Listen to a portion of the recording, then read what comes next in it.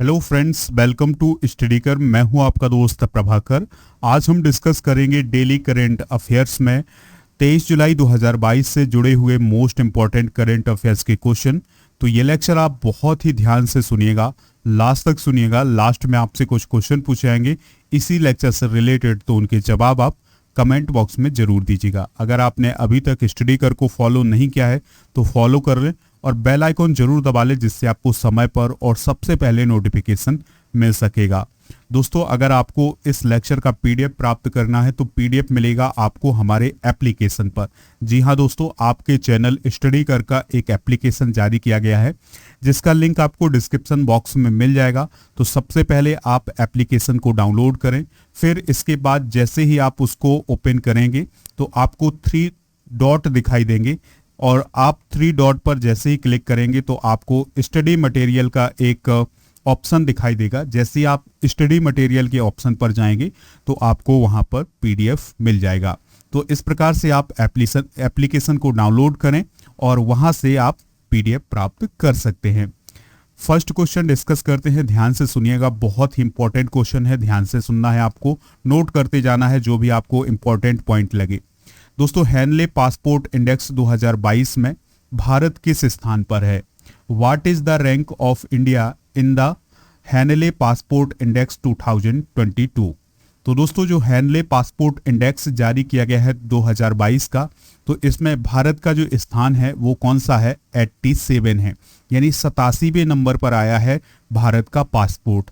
अब आप याद रखिएगा कि जो हेनले पासपोर्ट इंडेक्स है, इसमें इस बात का पता किया जाता है कि किस देश का पासपोर्ट कितना पावरफुल है, यानी जिस देश के लोग जितने अधिक देशों में बिना वीजा के फ्री यात्रा कर सकते हैं, तो उस देश का जो पासपोर्ट है उतना ही अधिक पावरफुल माना जाएगा। तो दोस्तों, इंडिया की रैंक जो है वो याद रखिएगा 87 है। इसमें कितने पासपोर्ट शामिल किए गए थे? तो इसमें 199 पासपोर्ट शामिल किए गए थे, जिसमें इंडिया की जो रैंक है वो है 87।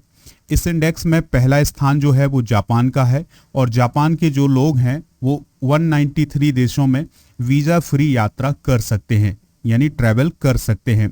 इसके बाद सेकंड नंबर पर हैं 2 देश, कौन कौन से? सिंगापुर और साउथ कोरिया। तो ये दोनों जो है वो कंबाइंड रूप से सेकंड प्लेस पर हैं और सिंगापुर और दक्षिण कोरिया के जो लोग हैं वो 192 देशों में बिना वीजा के यात्रा कर सकते हैं। इसके अलावा थर्ड प्लेस पर भी 2 देश हैं, कौन कौन से? जर्मनी और स्पेन हैं। अगर हम बात करें भारत की, तो भारत के जो लोग हैं वो 60 देशों में बिना वीजा या वीजा ऑन अराइवल के जरिए यात्रा कर सकते हैं। तो ये पॉइंट जो है वो आप नोट कर लीजिएगा, इसी प्रकार के क्वेश्चन एग्जाम में पूछे जाते हैं। नेक्स्ट क्वेश्चन है, अंतर्राष्ट्रीय शतरंज दिवस कब मनाया जाता है? यानी when is international chess day celebrated? तो दोस्तों, जो इंटरनेशनल चेस डे है वो कब सेलिब्रेट किया जाता है? तो 20 जुलाई को सेलिब्रेट किया जाता है। 20 जुलाई 1924 को इंटरनेशनल चेस फेडरेशन की स्थापना की गई थी। तो इसी बात को याद करने के लिए ही हर साल अंतर्राष्ट्रीय शतरंज दिवस यानी इंटरनेशनल चेस डे मनाया जाता है। ठीक है, तो ये पॉइंट जो है वो आप नोट करिएगा। इस दिवस की शुरुआत जो है वो 1966 से की गई थी, यानी ये जो दिवस है ये 1966 से सेलिब्रेट किया जा रहा है।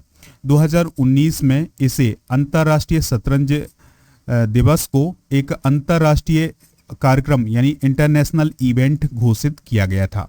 तो ये पॉइंट जो है वो नोट कर लेना है। दोस्तों, अब हम बात करेंगे इंटरनेशनल चेस फेडरेशन की।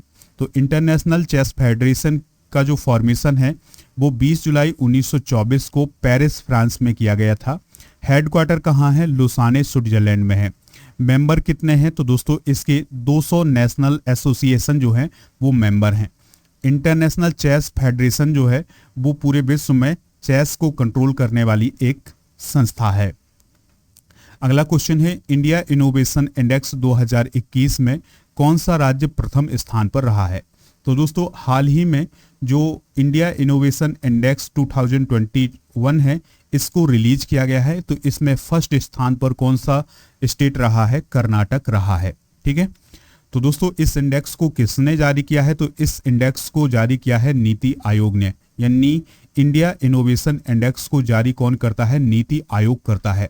इसमें प्रमुख राज्यों में पहला स्थान हासिल किया है कर्नाटक ने, और पूर्वोत्तर और पहाड़ी राज्यों में पहला स्थान हासिल किया है किसने? मणिपुर ने, और केंद्र शासित प्रदेशों में पहला स्थान हासिल किया है चंडीगढ़ ने। तो दोस्तों ये जो पहले स्थान है आप इनको जरूर नोट कर लीजिएगा, ठीक है। अब हम बात करते हैं कि किस आधार पर इंडिया इनोवेशन इंडेक्स जारी किया जाता है। तो दोस्तों इस इंडेक्स को जारी करने के 7 आधार हैं, यानी 7 पिलर हैं इसके। तो वो कौन कौन से हैं, चलिए इसको देख लेते हैं। तो ह्यूमन कैपिटल को देखा जाता है, इन्वेस्टमेंट को देखा जाता है दोस्तों, इसमें knowledge worker, business climate, security and legal environment को देखा जाता है, नॉलेज प्रोडक्शन को देखा जाता है, इसके अलावा नॉलेज डेसिमिनेशन को भी देखा जाता है। तो ये सभी आधार जो हैं वो इंडिया इनोवेशन इंडेक्स के हैं। दोस्तों अगर हम बात करें मेजर स्टेट की, तो इसमें फर्स्ट स्थान आया है किसका? कर्नाटक का, सेकंड तेलंगाना, और थर्ड है हरियाणा का, और फोर्थ प्लेस है महाराष्ट्र का, फिफ्थ प्लेस है दोस्तों तमिलनाडु का, और सिक्स्थ प्लेस है पंजाब का, सेवेंथ प्लेस है दोस्तों उत्तर प्रदेश का, और जो 8th प्लेस है वो है केरला का। तो इस प्रकार से जो टॉप 8 राज्य हैं वो ये हैं। अगर हम बात करें दोस्तों नीति आयोग की, तो नीति का फुल फॉर्म क्या होता है, आप ध्यान से सुनिएगा। नीति का फुल फॉर्म होता है national institution for transforming India. ये क्वेश्चन जो है वो कई बार एग्जाम में पूछा भी जा चुका है। इसका फॉर्मेशन कब हुआ था? तो 1 जनवरी 2015 को नीति आयोग का फॉर्मेशन हुआ था। वर्तमान प्रेसिडेंट कौन है? नरेंद्र मोदी जी, यानी जो प्राइम मिनिस्टर होते हैं वही नीति आयोग के चेयरमैन होते हैं, प्रेसिडेंट होते हैं। वाइस प्रेसिडेंट कौन है? सुमन बेरी हैं। सीईओ कौन है? परमेश्वरम अय्यर जो है वो सीईओ है किसके? नीति आयोग के। दोस्तों जो नीति आयोग है वो केंद्र सरकार के एक थिंक टैंक के रूप में काम करती है, लेकिन इसके पास जो नीतियां होती हैं उनको लागू करने का अधिकार नहीं है। ये नीतियों के बारे में बता सकती है दोस्तों, उसके बारे में सलाह दे सकती है कि किस प्रकार से नीतियां बनाई जाएं, लेकिन नीतियों को इन्फोर्स नहीं कर सकती है, यानी उसे लागू नहीं कर सकती है। चलिए फ्रेंड्स नेक्स्ट क्वेश्चन देखते हैं, इंपॉर्टेंट है। दुनिया के चौथे सबसे अमीर व्यक्ति कौन बन गए हैं? तो दुनिया के चौथे सबसे अमीर व्यक्ति बने हैं कौन? गौतम अदानी, यानी who has become the 4th richest person in the world. तो वो कौन है? गौतम अदानी है। तो ये पॉइंट जो है नोट कर लेना है कि जो गौतम अदानी है वो दुनिया के चौथे सबसे अमीर व्यक्ति बन गए हैं। इस रिपोर्ट को या इस सूची को किसने जारी किया है? तो फोर्ब्स रियल टाइम के द्वारा जो अरबपतियों की सूची जारी की गई है उसमें गौतम अदानी जो है वो चौथे स्थान पर आ गए हैं, और उनकी जो वर्थ है यानी उनकी जो संपत्ति है वो कितनी है दोस्तों? 115.6 बिलियन डॉलर, ठीक है। और इससे पहले चौथे स्थान पर कौन हुआ करते थे?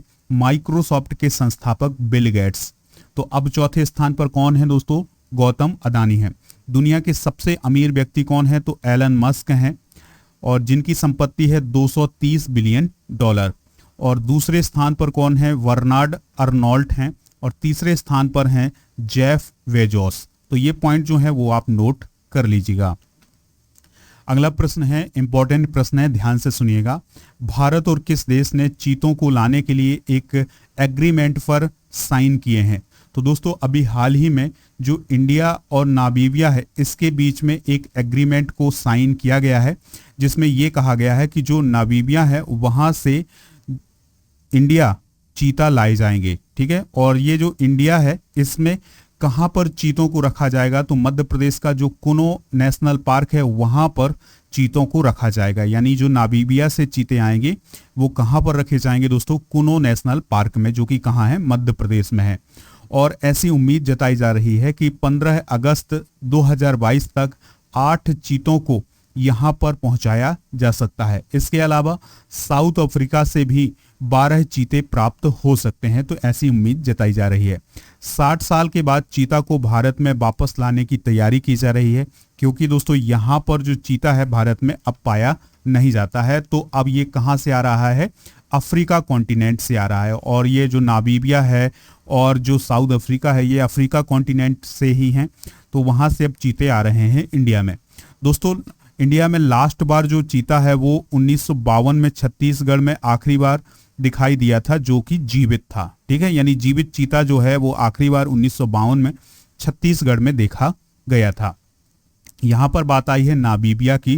तो दोस्तों नामीबिया जो है वो अफ्रीका कॉन्टिनेंट का एक पार्ट है और विंडोग जो है यहाँ की कैपिटल है। और नामीबिया के जो पड़ोसी देश हैं वो कौन कौन से हैं? अंगोला है, जाम्बिया है, और इसके अलावा इसकी सीमा जिम्बाब्वे, बोत्सवाना और इन सब देशों से लगती है। और इसकी सीमा जो है और एक बहुत ही महत्वपूर्ण देश से लगती है, उसका नाम है साउथ अफ्रीका। ठीक है दोस्तों, तो नामीबिया और साउथ अफ्रीका को जो एरिया है यहाँ पर जो चीते हैं वो पाए जाते हैं। तो यहाँ से चीते जो हैं वो मध्य प्रदेश ले जाए जाएंगे भारत में। ठीक है, अगला प्रश्न है, इंपॉर्टेंट प्रश्न है, 68वें नेशनल फिल्म अवार्ड 2022 में बेस्ट हिंदी फिल्म का अवार्ड किसे प्राप्त हुआ है?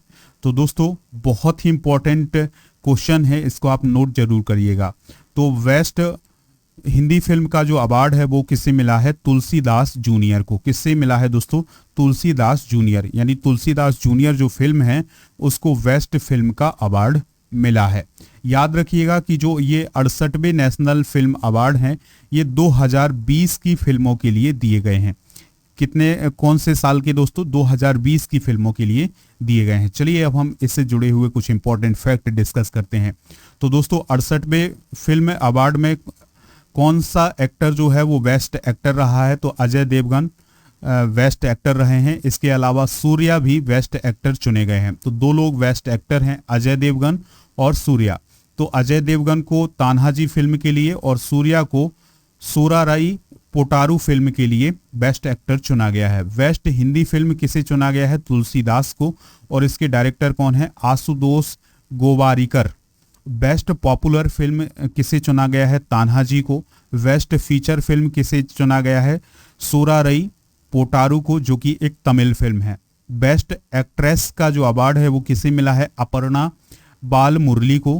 किस फिल्म के लिए दोस्तों? सूराराई पोटारू के लिए। बेस्ट गीतकार का जो अवार्ड है वो मनोज मुंसिर को मिला है, साइना। और बेस्ट बुक ऑफ सिनेमा का अवार्ड किसे मिला है? The longest kiss. Best narration voice over award किसे मिला है? शोभा थरूर श्रीनिवासन। फिल्म है कौन सी? Rhapsody of rain, monsoon of Kerala. Best music का अवार्ड मिला है विशाल भारद्वाज को। और किस फिल्म के लिए? 1232 किलोमीटर के लिए। दोस्तों best film on family values का अवार्ड जो है वो किससे मिला है? अभिजीत दलवी को। मोस्ट फिल्म फ्रेंडली स्टेट का अवार्ड किसे मिला है? मध्य प्रदेश को।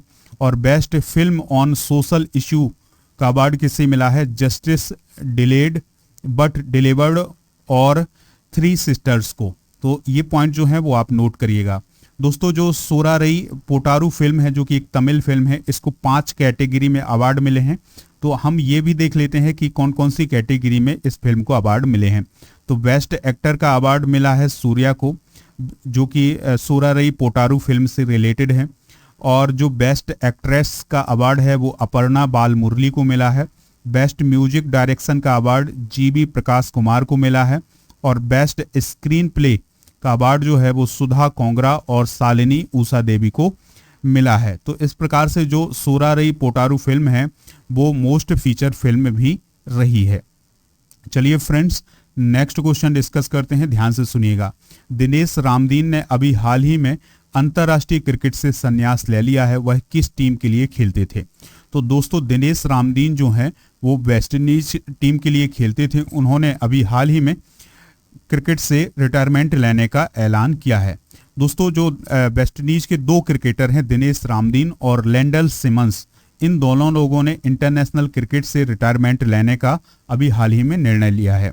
अगर हम रामदीन की बात करें तो ये वेस्ट इंडीज के महानतम क्रिकेटर रहे हैं। रामदीन ने विंडीज के लिए 213 मैचों में भाग लिया है। अंतर्राष्ट्रीय क्रिकेट में 6 शतक बनाए हैं और 23 अर्धशतक बनाए हैं। इसके अलावा इनकी जो कुल टोटल रन रहे हैं वो रहे हैं 5098 रन।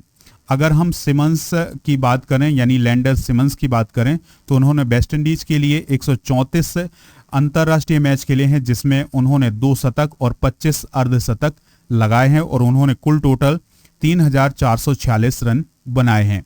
ठीक है, तो दिनेश रामदीन और लैंडल सिमंस जो हैं वो वेस्ट इंडीज से रिलेटेड हैं, जिन्होंने अभी हाल ही में क्रिकेट से रिटायरमेंट लिया है। अगला क्वेश्चन है 2028 में कौन सा शहर ग्रीष्मकालीन ओलंपिक खेलों की मेजबानी करेगा, यानी which city will host the summer Olympic games in 2028।